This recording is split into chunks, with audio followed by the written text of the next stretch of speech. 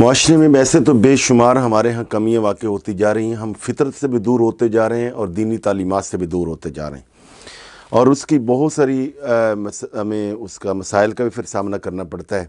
حقیقت بات یہ ہے کہ ہفتے میں 2 4 5 لوگ ایسے آتے ہیں پھر پریشان دکھائی دیتے ہیں، بندہ خود پریشان ہوتا ہے کہ طلاق کا شرح بہت بڑھتی جا رہی معاشرے کے اندر، اور اس کی کئی وجوہات ہو سکتی ہیں۔ بہرحال طلاق پھر لوگ کیا کرتے ہیں کہ غصہ آیا تھوڑا سا اور طلاق طلاق طلاق تینوں دفعہ کہہ دیا، اور پھر کیا ہوتا ہے، غصہ دور ہوتا ہے، اور پھر آتے ہیں جی ہم نے غصے میں دے دی۔ تو بھئی طلاق ہوتی غصے میں ہے، وہ جی مجھے پتہ نہیں چلا تو آپ کو پتہ کرنا چاہیے تھا۔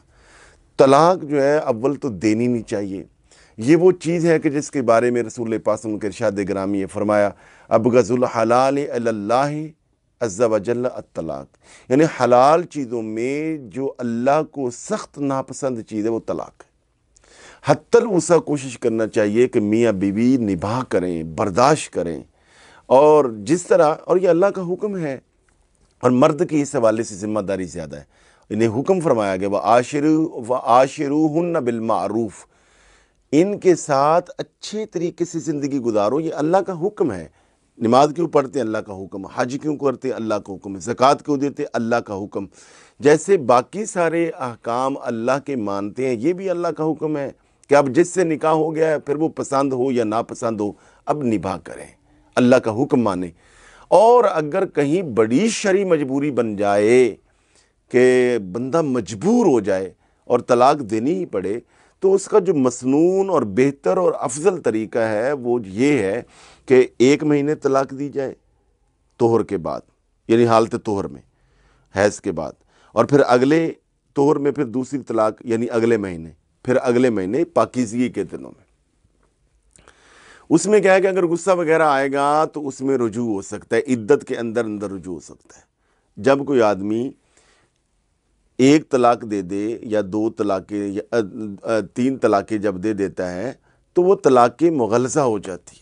ایک طلاق رجعی ہوتی ہے کہ عدت کے اندر 1 طلاق دی تھی رجوع کر لیں، ایک طلاق بائن ہوتی ہے کہ 1 یا 2 طلاقیں دی تھی اور عدت گزر گئی اور اس کے بعد اب کرنا چاہتا ہے تو پھر بیوی کی رضامندی کے ساتھ جو ہے یا زوجین کی رضامندی کے ساتھ نکاح ہو سکتا ہے۔ اور جب 3 طلاقیں دے دی تو دروازہ بند ہو گیا، آپ نے سارے آپشن ختم کر دیے، اور اب شریعت کی حدود ہیں، بے شمار پھر لوگ ہیں پھر طرح طرح کی راہیں نکالتے ہیں، وہ جی فلاں نے کہا 1 ہی دفعہ 3 دفعہ کہی تو نہیں ہوئی۔ طلاق ایک ایسا فائر ہے کہ جو ہر حال میں لگ جاتا ہے، چاہے غصے میں ہو، چاہے مذاق میں ہو، چاہے الگ الگ ہو، چاہے اکٹھا ہو، یہ 1 ہی دفعہ یہ تیر نکل گیا زبان سے، طلاق طلاق طلاق تو ہو گئی۔ اس لیے اس پہ بڑے ہی احتیاط کی ضرورت ہے۔ اور پھر کیا ہوتا ہے کہ جب لوگ طلاق دے لیتے ہیں، وہ جو فلاں نے کہا تھا، وہ میرے ماموں نے کہا تھا، میری خالہ نے کہا تھا، ہمارے فلاں، نہیں، اگر ہو گیا ہے تو آپ اپنے علاقے اور شہر اور گاؤں یا جو بھی آپ کا ایریا ہے، مستند جو علماء ہیں، مفتیان کرام ہیں اور بلکہ دارالافتاء ہیں، وہاں پر رجوع کریں، اور وہاں بھی یہ ہے کہ تحریر آپ لکھ کر دیں اور پھر اس کا جواب دیں اور اس کے مطابق دوبارہ زندگی گزاریں۔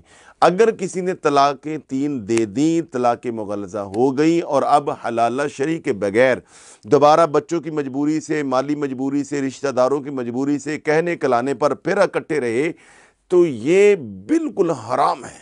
یہ ایسی ہے، یہ 2 غیر محرم مرد و خاتون ایک جگہ پہ رہ رہے ہیں، یہ اللہ کا عذاب ہے، اس کی نوست ہے دنیا میں بھی اور آخرت میں بھی۔ جی